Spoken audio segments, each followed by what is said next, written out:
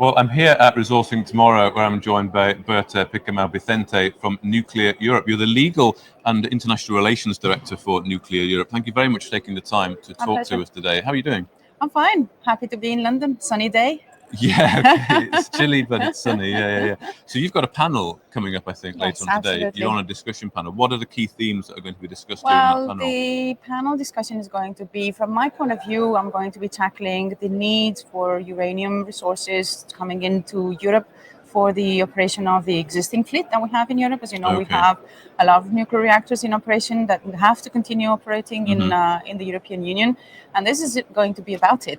So enrichment issues, conversion issues, so everything that relates to the need for continued operation of the nuclear reactors in Europe. Okay, good. So Nuclear Europe, just tell me a little bit about what Nuclear Europe do. So Nuclear Europe is a trade association that represents the interest of the European nuclear industry in the Brussels scene, I would say, in the European institutions. So basically, we're a lobbying organization and we defend the interest of our industry when it comes to discussions on policy issues with European institutions, name it European Commission, the European Parliament, but also the Council, which are the member states of the European Union. So basically, we want nuclear to be considered whenever they decide on any legislation that comes out from their offices, and that they take into account the contribution of nuclear. Okay, I think we're finally starting to see nuclear become a bit more talked about and maybe a bit more acceptable. I remember a year ago at this conference here, uranium was the talk because it had really gone through a price range there. And now it's pretty much stabilized at that point throughout the course of the year. And I remember when I was at school 20 years ago now, my geography teacher talking about renewables and energy. And she said, the government have to fill the gap with nuclear because we can't get enough renewables in wind and solar without putting baseload power in. And that was 20 years ago. And finally today, I think we're starting to see that. But what's your take on it? What do you think has driven perhaps this now renewed interest, let's say, in nuclear energy and governments actually seriously considering building new nuclear power stations? Well, first of all, I have to say that your teacher was a visionary already at the time, 20 years ago, saying that nuclear was also needed back to back with renewables. So I'm happy that he already started saying she was very visionary. And yes, we've seen a change in the trends, namely because of the geopolitical situation, security of supply, climate change considerations, affordability of the energy prices. So everything has come to somehow make policymakers, at least in European Union and elsewhere, understand that we cannot make it without nuclear. Nuclear is not the silver bullet, but we cannot make it without nuclear either. So I think that is the best combination is the renewable energy sources and nuclear go hand in hand in order to respond to the needs and the targets and the challenges that we're facing. Yeah, okay. Now, I went on your website and on the home page, I think you say on the home page that 43.74% of low carbon energy within the European Union comes from nuclear energy. Yeah. Do you know what percentage comes from non-nuclear in terms of low carbon? So low carbon would be all the low carbon technologies. So half of it is nuclear and the other half would be renewable energy sources and hydro. And hydro. Yes. Okay, so that would be the other kind of the other half. It's a combination of renewables and renewables is everything. It's solar, it's wind, it's biomass. So everything that is considered to be renewable energy sources would form the other 50% together with hydro. Hydro, okay. Yeah. And when we think about sort of the footprint, I think I read again on the website or maybe on your pocket guide, there's 133. I think about 2020 that was. So maybe that's changed now a little bit. Yeah, it has changed. We have gone down to 100, unfortunately. Yeah. So 100 operational nuclear reactors. Yeah, absolutely. Yeah. So indeed, we had a lot, 133 some years ago, but you may know that Germany decided to phase out nuclear, so they closed all the nuclear power plants from 2011 until I think about 3 years ago. And some other nuclear power plants have been closing down. So nowadays we have 100 reactors in operation in the Union, which account for, I would say, roughly 100 gigawatt installed capacity. Yeah, okay. So this is what we have today. Well, and Germany took that decision probably based on, activism maybe at the time, was it? Anti-nuclear? Well, no, it was Fukushima that made them make the change. Fukushima. It was because on a weekend they decided it was the Fukushima Act. So I would like to rephrase it otherwise. So the tsunami, Yeah. which was not a nuclear accident, it was first of all a tsunami. So had this how do you say it in English? Triggered the nuclear accident in Fukushima on a Friday, and by Monday there were several reactors that had closed down. Really? From Germany, and then they had a phase-out policy. And I think that at the time, I can't remember exactly, but they had like 12 reactors, so 12 reactors closed in a period of less than 10 years. Wow. Okay. Yeah. And by the way, interesting to see that at the same time, because they needed the electricity and the energy, they started up some of the coal-fired plants that they had closed down for environmental reasons. Okay. But that's internal Politics, yeah, exactly.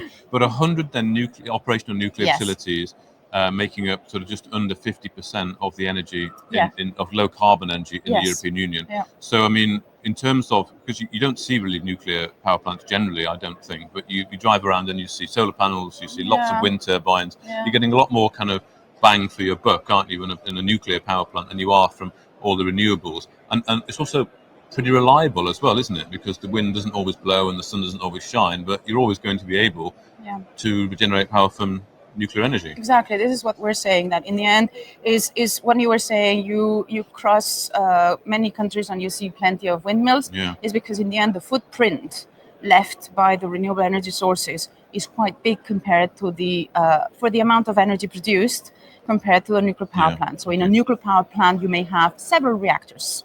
So you can have a plant that produces like eventually 6 gigawatts of installed capacity, which is huge because they have 6 reactors.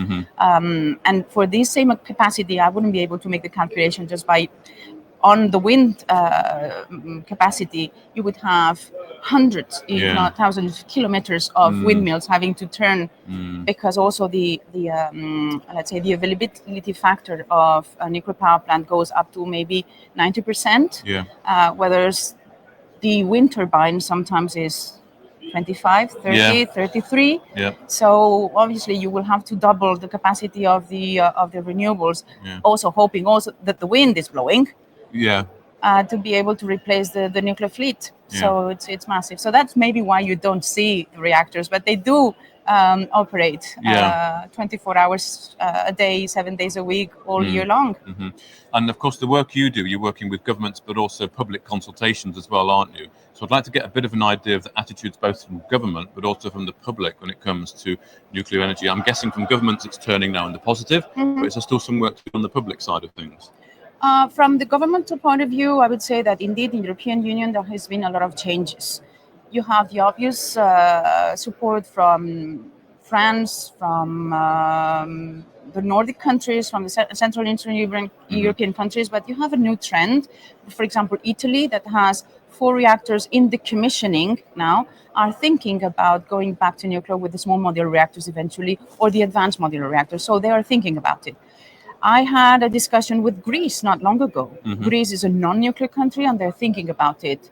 Whether they will be able to reach the stage of saying, yes, we do have a nuclear reactor, I don't know. But as of today, the conversation at policy and political level is changing. Denmark is as well one of very interesting countries because they have always been betting only on renewable energy sources. They are opening their minds. So let's say that while I'm talking to governments individually, I think that it makes the bulk of the whole European Union, which is shifting to a more positive trends. Now, when it comes to the public, it's very much linked to what governments are going to be doing as well. And there is also a good trend in public perception about nuclear, both in terms of climate change, and I think the public follow quite often and quite on a yearly basis all the COP meetings that are taking place in different places in the world, and the increased interest and discussions about the contribution of nuclear into the climate. But also security of supply. So many people are worried, will I have electricity if we don't have a nuclear power plant? Maybe not.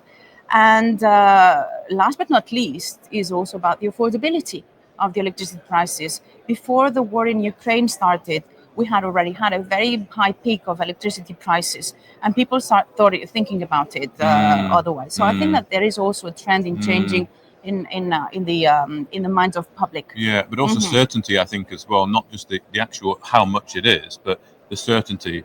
And with nuclear, you can almost guarantee a more steady price, I guess, because Yes, you know what to expect. Exactly. Well, Yeah. everything depends on the negotiations, but yes, indeed, Yeah. there is a forward looking of the price that you can provide from a nuclear power plant. Yes. Do you think are we going to see big nuclear power plants? Or are we going to see more small modular ones, like you mentioned there, like almost local? Listen, from our point of view, nothing has to be excluded. So from the first, I would say the first point that we have to keep in mind is that the 100 reactors that we mentioned, they need to continue operating with long-term operation, as we call it, lifetime extension of that fleet. That is key. Secondly, the large reactors will come online as well. France has already announced that they want to have another fleet of reactors being operated, and then the small modular reactors. And the difference between the small modular reactors and the advanced modular reactors is just the technology that is being used. The small modular reactors is exactly the same technology that we have nowadays, but on a smaller scale. But also, I would say, in the way that they are being built, it's a modularity approach. And then the advanced modular reactors is other technologies that will come at some point in time. And one of the most important things I would say also is that intensive industries, energy intensive industries, are very interested in the development of nuclear for their own use. So there is kind of the traditional consumers that we've seen until now is shifting a little bit, and they are being very outspoken. Really? Data centers as well. We're having conversations with Google, with Microsoft. Well, Microsoft, the Mile Island, 3 Mile Island, wasn't it? I think they took over the old nuclear. Yeah, well, site there for AI, I think, for the power of AI. Yeah, okay, yeah. So you're going to see industries actually have their own self-contained. We'll see how it goes, but at least the conversation started. Yeah, exactly. A couple more questions if I can, if you've got time. In terms of the sort of concerns, let's say, around exposure to nuclear from the public, not in my backyard, attitude, but also the nuclear waste. I don't know if this is true, but someone told me, you can correct me if I'm wrong, that if someone spent their whole life deriving all their energy needs from nuclear, that the waste would fit into a Coca-Cola can. Yeah, is that correct? It is correct. Yeah. Basically, the waste is something that has to be explained, because waste is something that exists in any human activity whatsoever. So what also has to be explained in a very simple way is that the waste coming from the nuclear reactors is managed. In fact, when you think about it, it's from the electricity production side. Nuclear is probably one of the best in class in waste management, because we do know where our waste is. In other sources, maybe the waste is what we breathe. That is the waste that we have from other energy sources. So yes, the waste is a concern, but I think that it has to be explained that as of today, and for the many months, years, decades, and centuries to come, the waste is going to be managed as it has been up to now. So it is a concern. We acknowledge that, and it has to be explained. But as I said, as you were saying, the volume of waste is contained in a very small Coca-Cola can. Yeah, but there's leading countries. I think it might be in the Nordics. Huge underground. There's the deep geological repositories concept, and Sweden and Finland and France are somehow at the upfront of those technologies for management. Good. Just the final question then. So on the supply, we're here obviously at Resourcing Tomorrow. Lots of mining companies here, obviously. Different commodities, but uranium doing very well. I get from your graphic that the most of the uranium actually comes from the east, and of course we've got slight geopolitical issues at the moment going on with that, and obviously most of it comes from northern Canada. It's very prolific for uranium there. Where do you see the demand for uranium coming from in the future? Do you see that demand only getting stronger, and where do you think the lead is going to come from? Which countries are going to lead the way? Well, uranium, as we say in our website, indeed, come from very stable, politically stable countries so far. But we rely very much on Canada, obviously, Australia. There are also some countries in Africa. They will continue to be the ones coming in. At least that's what Europe continues to be. Our most important concern here is more further down the line on the conversion and the enrichment capacities that the union has to keep and maintain. Okay. So there are some, and again, here it goes back to politics, some very strong signals from a political point of view have to come in order for investments to happen in those two sectors, enrichment and conversion. So we're working for that. So you don't see a supply shortage of the raw uranium, it's more on the enrichment. That's the exactly right. Okay, yeah. Enrichment and conversion. So capacities. We've got enough stuff in the ground. Yeah. We've got enough supply coming through. In terms of pricing, have you any idea where that sits on the? That I wouldn't be able to pronounce myself about pricing because it's very delicate, I would say. Sure, So the pricing is not something that we deal with basically. But as you were saying about the capacity, about the availability, this is something that we keep a very close eye on. Okay. Well, thank you very much for your time. My pleasure. Berta Picamal Vicenta from Nuclear Europe. Thank you for joining us today. Yeah, thank you so much. Bye. Okay. If you enjoyed this interview, then give us a thumbs up, a like or a retweet. Subscribe to us on YouTube or follow us on Twitter and hit that notification bell to be the first to know when we release new content. There's loads of great content on our website too, across all our programs at stockboxmedia.com.